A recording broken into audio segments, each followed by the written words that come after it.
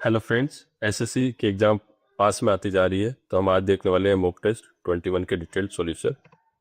Question number 1, describe how will you tell everyone that mister Akhil open the gate in passive voice. Mister Akhil open the gate, इसको हमें किस में convert करना है? Passive voice में convert करना है। तो सबसे पहले हमारा सब्जेक्ट क्या होगा? ये हमारा सब्जेक्ट है। गेट क्या है? हमारा ऑब्जेक्ट हो जाएगा ओपन। ये वर्ब हो जाएगी, किस में है? पास्ट टेंस में है। तो देखते हैं, सबसे पहले आप इसको लेके आ जाइए, ऑब्जेक्ट को पहले लेकर आ जाइए। सो द गेट, अब ओपन है, सिंपल पास्ट टेंस में है, तो क्या आएगा? The gate was open by, अब सब्जेक्ट को लेकर आ जाइए, मिस्टर अखिल।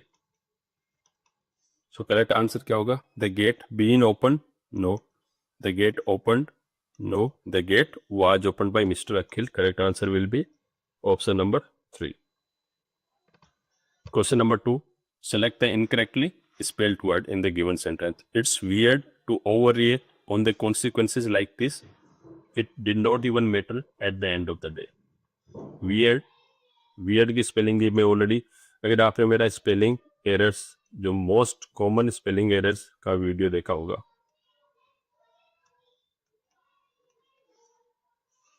तो उसमें आपने देखा होगा कि मैंने ये भी कवर करवाया हुआ है। तो वियर्ड की स्पेलिंग क्या होगी? WEIRD। अगेन ओवर रिएक्ट सही है बिल्कुल। ओवर का आर आएगा प्लस रिएक्ट, दोनों ही आर इसमें रिटेन रहते हैं। मेटर DT, कॉन्सिक्वेंसेज सिंपल, कोई भी डबल स्पेलिंग नहीं है, सारे के सारे ई होंगे यहाँ पे, consequences. So correct answer is option 1, weird. Next, select the option that can be used as a one word substitute for the given group of words.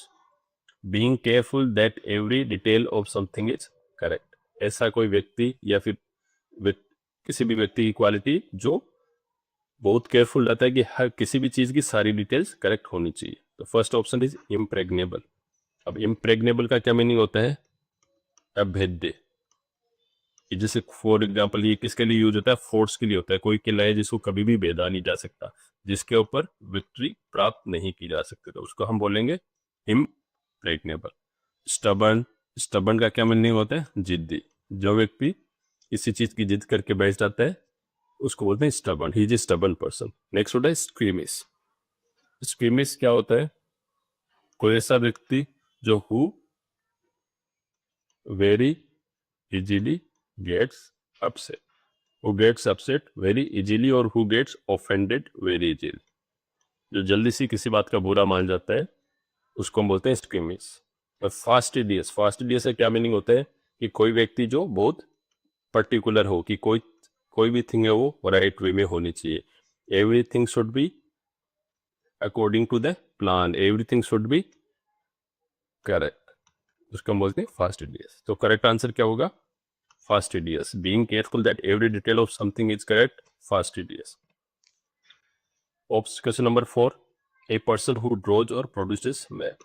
अब आपने अगर मेरे रूट वर्ड की आप क्लासेज में जाएंगे, रूट वर्ड्स के video में जाएंगे, ग्राफी रूट वर्ड के अंदर मैंने सारे कवर करवाए हुए हैं. सो कार्टो, कार्टो का मीनिंग क्या होता है? मैं. ग्राफी का मीनिंग क्या होता है? साइंस. सो कार्टोग्राफी क्या होगा? One who produces maps. So far, देखिए ये स्पेलिंग CH से स्टार्ट होती है पर प्रोनाउंसिएशन कैसे होता है? सोफर. सोफर क्या होता है? एक प्रोफेशनल ड्राइवर. आपने मूवीज में देखा होगा ना, एक सूटेड बूटेड कैप लगा के ड्राइवर बैठा है, उसको हम बोलेंगे प्रोफेशनल ड्राइवर. नेक्स्ट, कैली मीन्स हैंड राइटिंग. तो कैलीग्राफर कौन होगा? जो हैंड राइटिंग बहुत अच्छी लिखता है. And choreographer, chorio means dance, graphy means art. तो ऐसा व्यक्ति जो डांस को डायरेक्ट करता है उसको हम क्या बोलेंगे? Choreographer, dance director. So correct answer is obviously cartographer. Fifth, describe how will you tell your friends that mister Ram uses multimedia for teaching the children in passive voice. अब देखिए हल्का सा एक्टिव टू पैसिव का ही question है, but हल्का सा उन्होंने question क्या कर दिया? ट्वीक कर दिया, हल्का सा बदल दिया है कि जिस सेंटेंस देने के बजाय उस सेंटेंस को क्वेश्चन के अंदर ही इनकॉर्पोरेट कर दिया है, तो हमें इससे बिल्कुल भी घबराना नहीं है। मिस्टर राम, सब्जेक्ट क्या हो गया? Mister Ram uses multimedia for teaching the children, for teaching the children. और यूजेस टेंस कौन सा है? Simple present. अब देख लिया इसको, वैसे में आप कन्वर्ट कर लीजिए, क्या आएगा? टीचिंग तो पहले आ नहीं सीखा, तो क्या हम शुरू करेंगे? मल्टीमीडिया इज क्यों आएगा? क्योंकि टेंस प्रेजेंट है, तो multimedia is used by mister Ram for teaching the children. So multimedia is used by Mr. Ram for teaching the children. So correct answer क्या है? Option number 1. अब mister Ram use multimedia for teaching the children, या तो tense वैसे लग रहा है, या तो यूजेज आना चाहिए, तो ग्रामेटिकली ही गलत है। इज यूजिंग कैसे आएगा? अगर फर्स्ट सबसे पहले एक्टिव में यूजिंग होगा तो क्या आएगा? बीइंग यूज आता है। ये तो पैसिव में यूजिंग बोला है, तो पैसिव की किसी फॉर्मेशन में तो इज आईएनजी आता है नहीं। और multimedia is used for teach, ये भी ग्रामेटिकली गलत है। तो correct answer is option number 1. Question number 6. The following sentence has been divided into parts. One of them may contain an error. Select the part that contains the error from the given options. If you don't find any error, mark no error as your answer. The present century threats to our environment, which include interfering species, ailments, pollution, and a boiling temperature, were putting wildlife populations at peril. देखिए, present century की threats to our environment, जो आज की सदी की हैं, जो 21वीं सेंचुरी को जो खतरे हैं इन्वायरमेंट को, जिनमें क्या क्या शामिल है? विच इंक्लूड, जिनमें क्या क्या शामिल है? फर्स्ट, इंटरफेयरिंग स्पीसीज के साथ खिलवाड़ करना, elements, pollution, and the boiling temperature, हम टेम्परेचर राइज की बात करते हैं। Were putting wild life population at peril, peril का मीनिंग हमने देखा है, पेरिल मतलब खतरे में डालना, peril means to put something in danger. अब देखिए, the present century threats to our environment which include, so ये कौन से टेंस की बात कर रहा है? प्रेजेंट टेंस की बात कर रहा है, लेकिन यहाँ तक आते आते क्या हो गया? पास्ट टेंस में चला गया, वर पुटिंग। जब 21वीं सदी की समस्या है तो वर कैसे आ सकता है? तो क्या आना चाहिए correct? Are putting wild life population at peril. तो ये मैंने अक्सर आपको बताया कि टेंस मिसमैच के लिए आपको हमेशा ही चेक करना होता है। मोस्ट प्रोबेबली एरर के जो सेंटेंस में क्वेश्चंस होते हैं वो टेंस मिसमैच के ही पूछे जाते हैं। तो करेक्ट आंसर क्या होगा? A boiling temperature are putting wild life population at peril, option number 2. Question number 7. Select the most appropriate option to substitute the underline segment in the given sentence. I don't wear the sunglasses at the moment.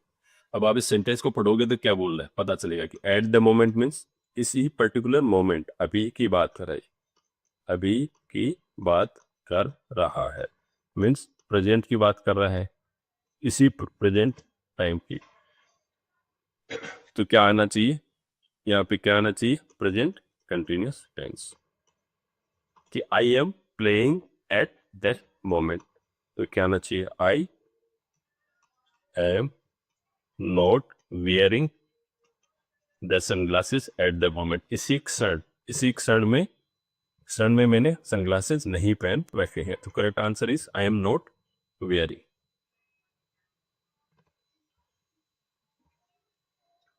Question number 8. Select the most appropriate antonym of the underline word. Word है acquitted. Acquitted का क्या meaning होता है? Acquitted means किसी को निर्दोष साबित करना, निर्दोष करार देना। कोर्ट है, कोर्ट ने सुनवाई की, कोर्ट ने किसी को निर्दोष करार दे दिया। और इसका सिनोनिम क्या हो सकता है? एब्जोल हो सकता है, एक्विट हो सकता है, एब्जोल हो सकता है। तो इसका एंटोनी क्या होगा? फर्स्ट ऑप्शन क्या है? कन्विक्टेड। कन्विक्टेड का मीनिंग क्या होता है? किसी को दोषी पाना। कोर्ट क्या करेगा? कोर्ट या तो किसी को एक्विट करेगा या दोषी पाएगा, दो ही संभावनाएं हैं कोर्ट के अंदर। कन्फर्म, कन्फर्म का क्या मीनिंग होता है? Confirm means to agree with somebody. अब आपको यहाँ डाउट में नहीं रहना है। 2 वर्ड होते हैं CONFIRM और नेक्स्ट होता है CONFORM। तो कन्फर्म का मतलब क्या होता है कि कोई चीज कन्फर्म कर दो, फाइनल कर दो। और कन्फर्म का मीनिंग क्या होता है? To agree with something, to agree with something. या कोई गुड्स है तो कोई स्टैंडर्ड दिए हैं तो उनके उस मानकों के हिसाब से कंफर्म करता है तो उसे क्या बोले? कंफर्मेशन। प्रेज्ड, तारीफ करना। और नेक्स्ट वर्ड क्या है? डिस्चार्ज। डिस्चार्ज का क्या मीनिंग होता है? एक तो ये होता है कि जैसे हॉस्पिटल वगैरह से डिस्चार्ज हो गया, या फिर कोई व्यक्ति अपने ड्यूटीज को डिस्चार्ज कर रहा है, मतलब अपने दायित्व को निभा रहा है अच्छे से। तो ऑब्वियसली करेक्ट आंसर क्या होगा? एक्विट मीन्स निर्दोष करार देना। निर्दोष और कन्विक्टेड का क्या मीनिंग होता है? दोषी पाना। तो option number 1। Question number 9, identify the sentence that provides the meaning of the given idiom under the cloud. अब अंडर द क्लाउड में क्या मीनिंग होता है? अंडर द क्लाउड का मीनिंग होता है to be suspected of something और not trusted और डिसक्रेडिटेड। किसी को किसी चीज के बारे में डाउट करना, उसको विश्वास, उस पर विश्वास नहीं करना, उसको बोलते हैं अंडर क्लाउड। अगर कोई इन्वेस्टिगेशन हो रही है, उस इन्वेस्टिगेशन में एक आदमी के रोल के ऊपर इन्वेस्टिगेशन हो रही है, तो हम क्या बोलेंगे कि his role is under cloud, मतलब उसका रोल अभी संदिग्ध है। हो सकता है वो बाद में जाके निर्दोष हो जाए, पर अभी उस पर डाउट चल रहा है। तो इसका करेक्ट मीनिंग किसमें का? The driver was under suspicion after the police found blood on his car. The Red Fort looks beautiful amidst the cloudy weather and cold atmosphere. The classmates were dancing together under the rain, and it was the best place to sit under the sky with hands full of food. So obviously, पढ़ने से पता चला कि option number 1 should be correct answer. Question 10. Select the option that expresses the given sentence in passive voice. Active को हमें passive में convert करना है। Who, present tense और जियोग्राफी। अब मैं ऑलरेडी आपको बता चुका हूँ कि जो सेंटेंसेस हु से स्टार्ट हो रहे हैं तो पैसिव में किस में कन्वर्ट हो जाएंगे? हुम में कन्वर्ट हो जाएंगे। So who teaches her geography. By whom. अब हर क्या है? सिंगल पर्सन है तो इज सी थर्ड फॉर्म आ जाएगी, taught geography. By whom is she taught geography. By whom she is गलत है, इसके आना चाहिए वाज तो tense mismatch. By whom is she taught geography? Correct answer is option number C. Active passive में आपको कुछ करना ही नहीं है, सब्जेक्ट और ऑब्जेक्ट को आइडेंटिफाई करना है। ठीक है, कुछ स्पेशल केसेस जैसे पूछ हु बाय वो में कन्वर्ट हो जाएगा। कोई अगर प्रेजेंट कंटिन्यूस टेंस है तो बीइंग आएगा। हैज का क्या होगा? हैज बीन में कन्वर्जन हो जाएगा। हैड क्या होगा? हैड बीन में कन्वर्ट हो जाएगा। फिक्स आपको 15-20 रूल याद रखने हैं। अगर वो आप अच्छे से फॉलो करते हैं, डिलीजेंटली फॉलो करते हैं, तो एक्टिव पैसिव इक्वेशंस आपके कभी गलत नहीं होंगे। Question number 11, Mohan does the charge of centre for life skills from Mustafa. Mohan took over, took through, took off और टुक आउट। मोहन ने सेंटर फॉर लाइफ स्किल्स का चार्ज लिया किससे? मुस्तफा से। तो अगर आपने मेरा फिक्स्ड प्रपोजिशंस वाला वीडियो पढ़ा होगा, देखा होगा, जो मैंने उस किस में डाला है, लास्ट मिनट रिवीजन सीरीज करके प्लेलिस्ट है, लास्ट मिनट रिवीजन सीरीज, उसमें भी मैंने आपको ये करवाया है क्योंकि अक्सर पूछा जाता है। तो अगर कोई चार्ज लेते हैं तो चार्ज को हम क्या बोलते हैं? Take over. चार्ज अगर किसी से लेते हैं तो उसके लिए हम हमेशा ही टेक ओवर यूज करते हैं। तो यहाँ पे करेक्ट आंसर क्या होगा? Mohan took over the charge from charge of centre for life skills from Mustafa. Question number 12. Select the option that can be used as a one word substitute for the given group of words. Child bereaved of one or both parents. bereave का क्या meaning होता है? शोक जो मनाता है, शोकाकुल, या किसी ने किसी चीज को भुगता है, भुक्त भोगी। सो ऐसा बच्चा जिसके या तो एक पेरेंट नहीं है या दोनों पेरेंट्स नहीं है, उसको हम क्या बोलेंगे? First word destitute. डेस्टिट्यूट इसका क्या मीनिंग होगा? एक्सट्रीम पॉवर्टी, जिसको हम बोलते हैं गरीबी ही नहीं, दरिद्रता। कहते हैं ना कि वो व्यक्ति दरिद्र था, मीन्स एक्सट्रीम पॉवर्टी। ऑर्फन, अनाथ, जिसके पेरेंट्स ना हो। लाउट, ये देखिए एक डिफरेंट वर्ड है। लाउट का क्या मीनिंग होगा? लाउट मीन्स रूट, और हम बोल सकते हैं क्लमजी और इल मैनर्ड पर्सन, और हम क्या बोल सकते हैं? अनसिविलाइज्ड और ऑकवर्ड, जिसमें कोई मैनर्स नहीं हो। Next, desolate. डिसोलेट, डिसोलेट अगर किसी प्लेस के कॉन्टेक्स्ट में अगर यूज आ रहा हो तो डिसोलेट का क्या मीनिंग होगा? एम्प्टी प्लेस, बेरन प्लेस, जहाँ कुछ उपजता नहीं हो, या फिर विदाउट पीपल, जहाँ पे बहुत कम लोग रहते हो। सिमिलरली डिसोलेट हम किसके लिए यूज कर सकते हैं? पीपल के लिए यूज कर सकते हैं। तो जब पीपल के लिए डिसोलेट वर्ड आता है तो उसको हम क्या बोलेंगे? Person who has been very sad और वेरी लोनली और वेरी होपलेस। तो ऑब्वियसली करेक्ट आंसर क्या होगा? चाइल्ड bereaved ऑफ वन और both parents. Correct answer is orphan, option number 2। Select the most appropriate synonym. Word दिया है vendetta. अब vendetta अक्सर स्पेलिंग मिस्टेक में भी पूछा जाता है, तो आपको क्या ध्यान देना है? एन यहाँ पे सिंगल आएगा और ई आएगा और डबल टी आएगा। यहाँ पे क्या यूज हो रहा है? ई और double T. Vendetta, vendetta means प्रतिशोध और बदले की भावना, किसी से बदला लेने की भावना, उसको हम बोलेंगे वेंडेटा। और इसका एक सिनोनिम हम क्या बोल सकते हैं? पेंजियंस। फर्स्ट वर्ड है पैशन, किसी चीज के लिए उसमें पैशन है, किसी चीज के लिए उसमें एक्साइटमेंट है, कुछ कर गुजरने की इच्छा है। Next, vacillation. Vacillation means wavering between different opinions or actions. और हम बोल सकते हैं इनडिसीजन, कोई व्यक्ति जो बार बार अपनी सोच को बदलता रहता है कि उसको क्या करना है, जो निर्णायक नहीं है, अपने डिसीजंस को बार बार चेंज करता रहता है, हम बोल सकते हैं अनिर्णय की स्थिति।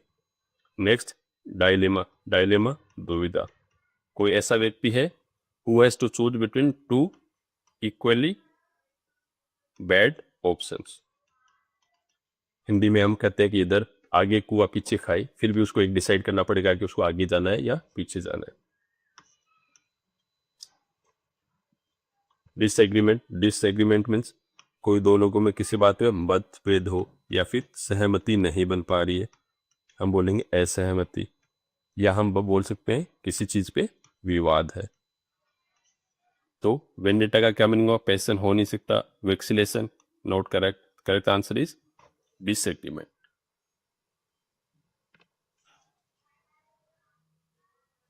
Select the option that can be used as a one-word substitute. Having a consistency that does not easily yield to pressure.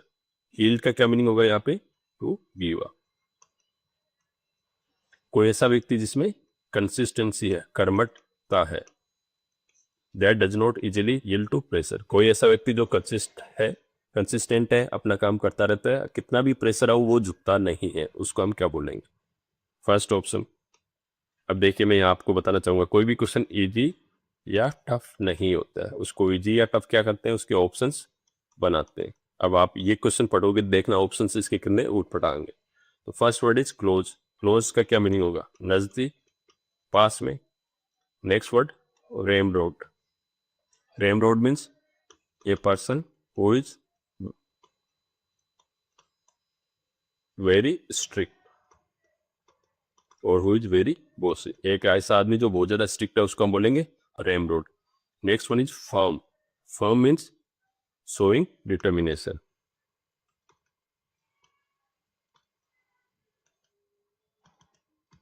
और वी कैन से डिसाइसिवनेस, जिसको पता है कि उसको क्या करना है, उसका डिसीजन फाइनल है।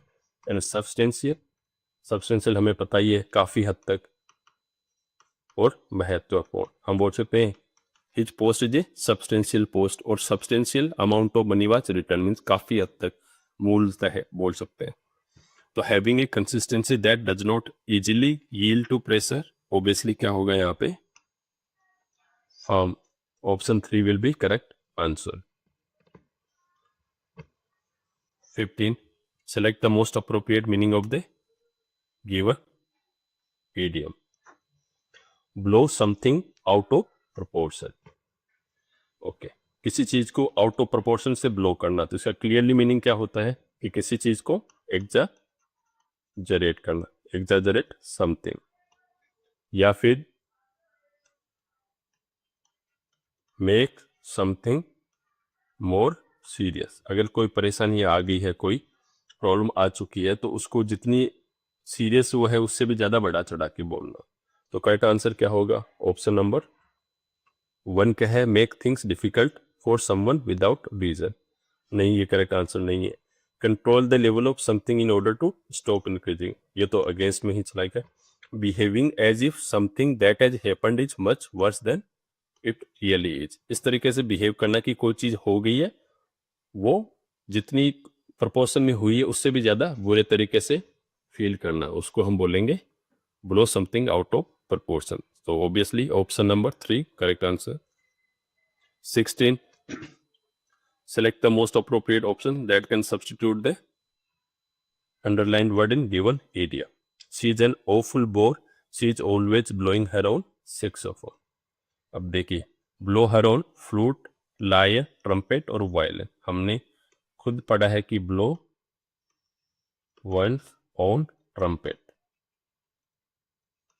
का क्या मीनिंग होता है? अपनी ही तारीफ खुद करना, अपनी ही तारीफ खुद करना। हिंदी में भी इसका एक कुछ इडियम होता है कि अपने मुंह मियाँ मिट्ठू बनना है, ऐसा कुछ एग्जैक्टली मुझे नहीं याद आ रहा है। तो ऑब्वियसली करेक्ट आंसर क्या होगा?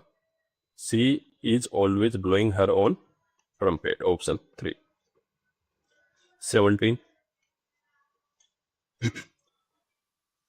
select the most appropriate meaning of the given idiom. Back against the wall. तो back against the wall means किसी आदमी को दीवार की तरफ कोने में ले लिया गया है, तो उसका मीनिंग क्या होगा? Be in a difficult situation from where getting out is difficult. ऐसी मुश्किल घड़ी में फंसाना, मुसीबत में फंसाना जहां से बाहर निकलना आसान नहीं हो। ऑब्वियसली सही आंसर क्या होगा? Option number 1। 80 choose the antonym of the word effervescent in the given sentence. अब सबसे पहले हम देखते हैं एफर्विसेंट का क्या मीनिंग होता है। एफर्विसेंट, एफर्विसेंट की स्पेलिंग भी इंपॉर्टेंट है, ये भी अक्सर पूछा जा सकता है। तो एफर्विसेंट का क्या मीनिंग होगा? सो एफर्विसेंट का क्या मीनिंग होगा? बबलिंग और फीजी। हम बोल सकते हैं जैसे अगर हम कार्बोनेटेड ड्रिंक्स की बात कर रहे हैं तो उसमें कैसे धीरे धीरे बबल्स ऊपर आते रहते हैं, तो हम क्या बोल सकते हैं? एफर्विसेंस और बबलिंग ड्रिंक और फीजी ड्रिंक। और हम अगर पर्सन्स के रेस्पेक्ट में बात कर सकते हैं तो क्या बोल सकते हैं? Person who is excited, who is उत्साही। और हम क्या बोल सकते हैं? जो जोशीला है उसका हम बोल सकते हैं एफर्विसेंट। सो फर्स्ट ऑप्शन क्या है? केयर फ्री, जो बेफिक्र है। नेक्स्ट यार कंपैरिजन, हमें पता ही है, तुलना करना।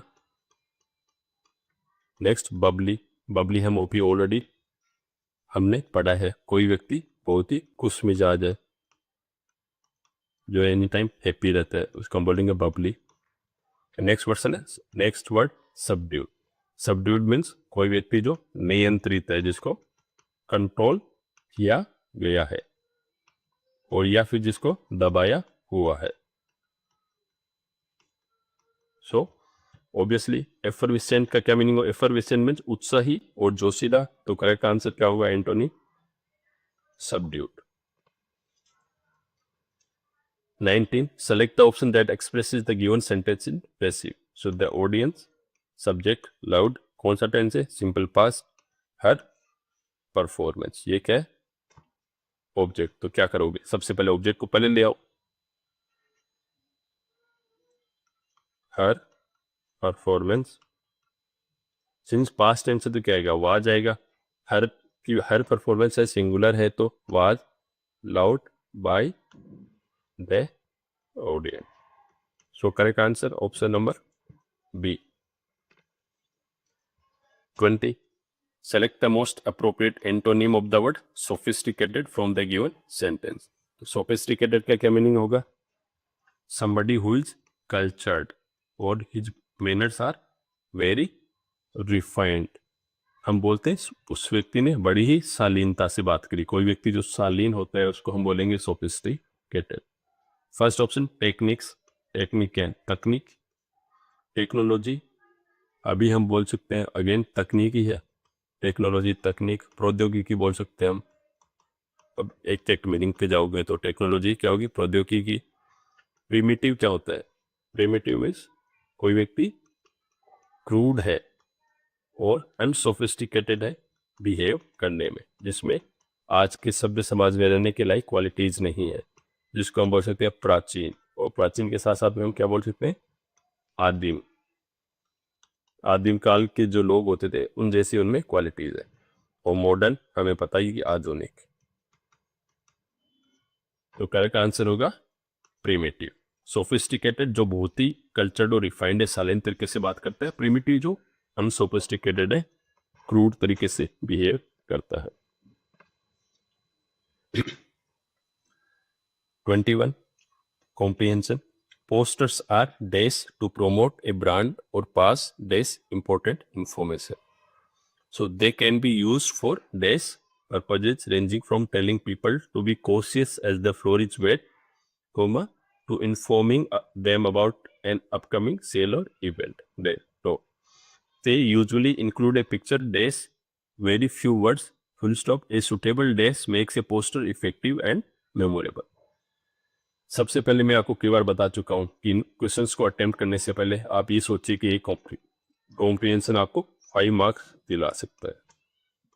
इसलिए आपको कॉम्प्रिहेंशन की थीम को समझना बहुत इंपॉर्टेंट है।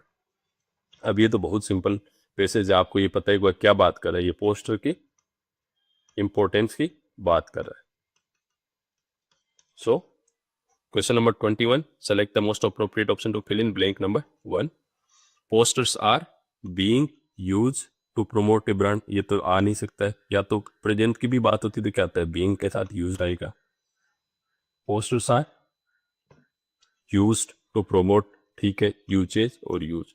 तो ऑब्वियसली करेक्ट आंसर क्या है कि pen is use to write. तो वैसे ये posters are use to promote a brand और पास, तो correct option is option number 2। Question number 22, fill in blank number 2। Posters are used to promote a brand or days pass for, कोई word नहीं बनता है pass for, pass away। pass away तो क्या होता है? आपने फिक्स प्रीपोजिशन का मेरा वीडियो देखा होगा तो मैंने ये वर्ड भी वहां पे कवर करवाया है। अगर आपने नहीं देखा है तो आप जाके देखिए प्लेलिस्ट से। पास अवे का क्या मीनिंग होता है? To die. somebody has passed away means somebody has died। Pass on, pass on का क्या मीनिंग होता है? इंफॉर्मेशन को पास ऑन करना मीन्स इंफॉर्मेशन को ट्रांसमिट करना, एक व्यक्ति से दूसरे व्यक्ति तक पहुंचाना। और पास टू तो कुछ सेंस बनता ही नहीं है। तो करेक्ट आंसर क्या होगा? Pass on, option number 3। So posters are used to promote a brand और pass on important information.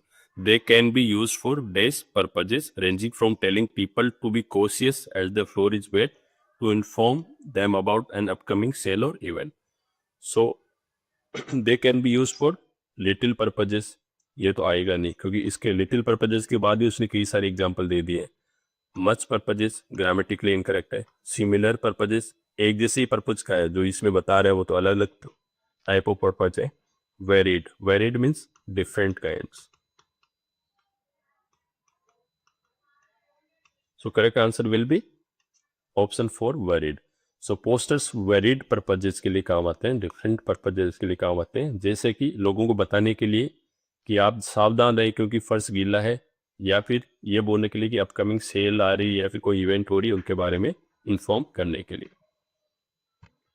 24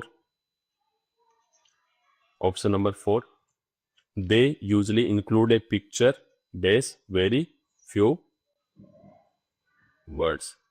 so they usually include a picture, nor तो आएगा नहीं, नोर हमें पता है ये दो चीज़ों के लिए बात करते तो नाइदर के साथ यूज आता है, दोनों ही नेगेटिव होते हैं तब आता है।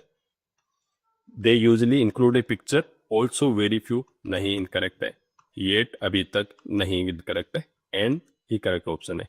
सो क्या करते हैं, दे usually include a picture, posters में क्या एक पिक्चर होती है एंड कुछ शब्द होते हैं, तो correct answer will be option 4 and. 25, a suitable dash makes a poster effective and memorable। a suitable caption, caption आपने पढ़ाई होगा, कैप्शन क्या होता है, इंग्लिश में बोल सकते हैं टाइटल, हिंदी में शीर्षक और हेडिंग। सो पोस्टर एक सुटेबल टाइटल होगा तो it will make a poster effective and memorable, ठीक है। Second, anticipation, anticipation means the act of expecting or looking forward to something। Anticipate करना मीन्स पहले से उस चीज का अंदाजा लगाना, उसको एक्सपेक्ट करना, तो ये तो ऑप्शन सही नहीं है। कोटेशन क्या होता है, ऑफिशियल स्टेटमेंट ऑफ प्राइस, अगर हम कोई बड़ी कंपनी है किसी से कुछ परचेज करना चाह रही है तो वे कोटेशन मांगती है। कोटेशन मीन्स एक एस्टिमेटेड प्राइस का, उसमें इनवॉइस जनरेट होने से पहले एक कोटेशन मिलता है कि उसमें एस्टिमेटेड प्राइस के बारे में इंफॉर्मेशन दी रहती है कि लो भाई इतनी प्राइस आपको पड़ेगी, इतना इस पर टैक्स लगेगा, तो ये भी करेक्ट ऑप्शन नहीं होगा। फोर्थ क्वेश्चन क्या होता है, सतर्क, तो सतर्क भी नहीं आएगा। Include a picture, a suitable, question तो आएगा ही नहीं, तो करेक्ट आंसर क्या आएगा, कैप्शन। एक सुटेबल शीर्षक होगा वो पोस्टर को इफेक्टिव और मेमोरेबल बना देगा। अगर आपको इन क्वेश्चंस की और पीडीएफ चाहिए आपको आंसर्स के, तो इस टेलीग्राम चैनल को सब्सक्राइब कीजिए। चैनल को अभी तक आपने सब्सक्राइब नहीं किया तो प्लीज़ इसको सब्सक्राइब करो एंड वीडियोस को लाइक करो। Thank you.